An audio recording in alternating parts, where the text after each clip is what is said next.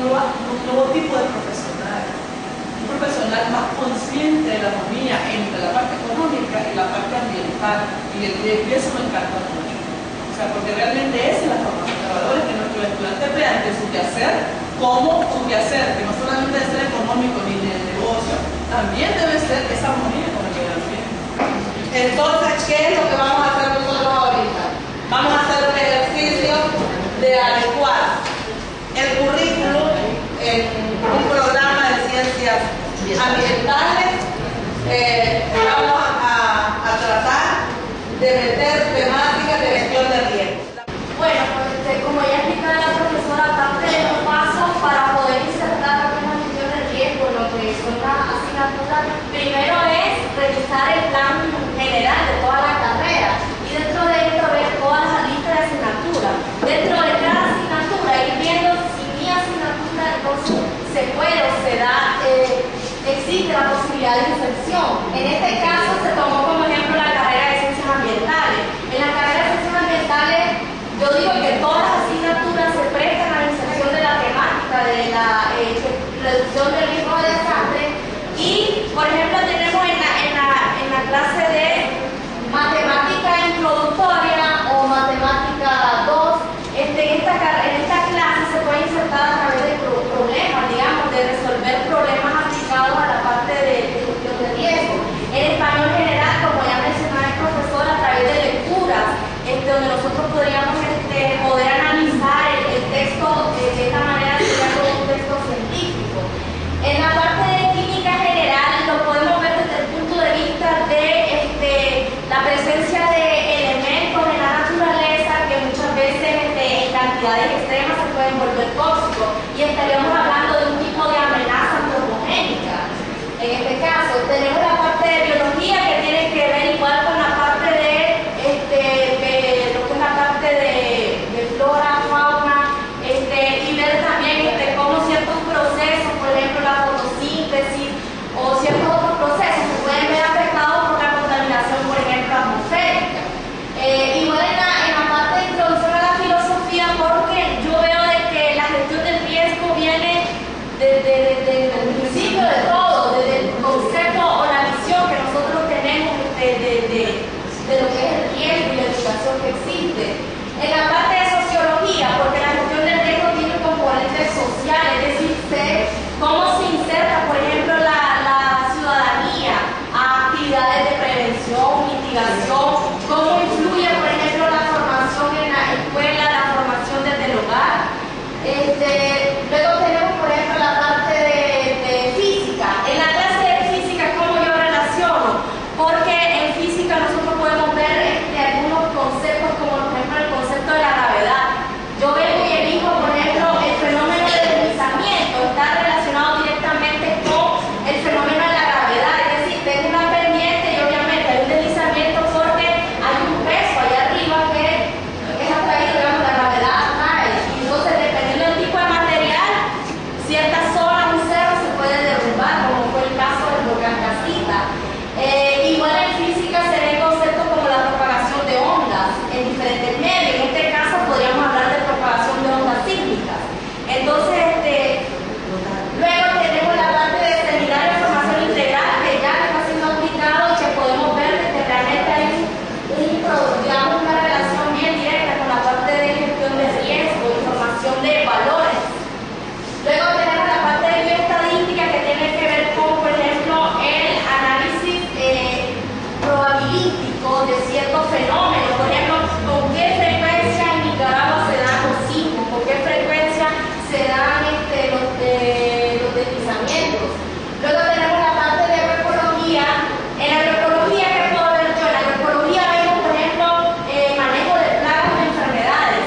Entonces podemos relacionar cómo la sequía, cómo el cambio climático se relaciona a la proliferación de ciertas plagas. Incluso con las inundaciones hay, digamos,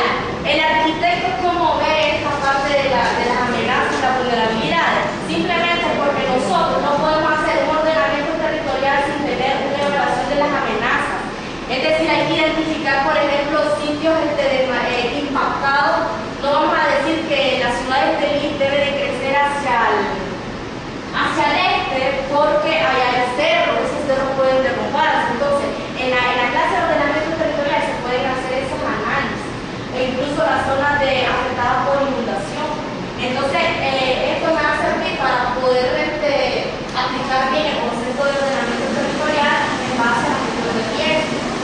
En la práctica de especialización, pues, porque podemos ir a aplicar a las empresas, podemos ir a aplicar el conocimiento a las ONG que trabajan en proyectos de reducción de desastres.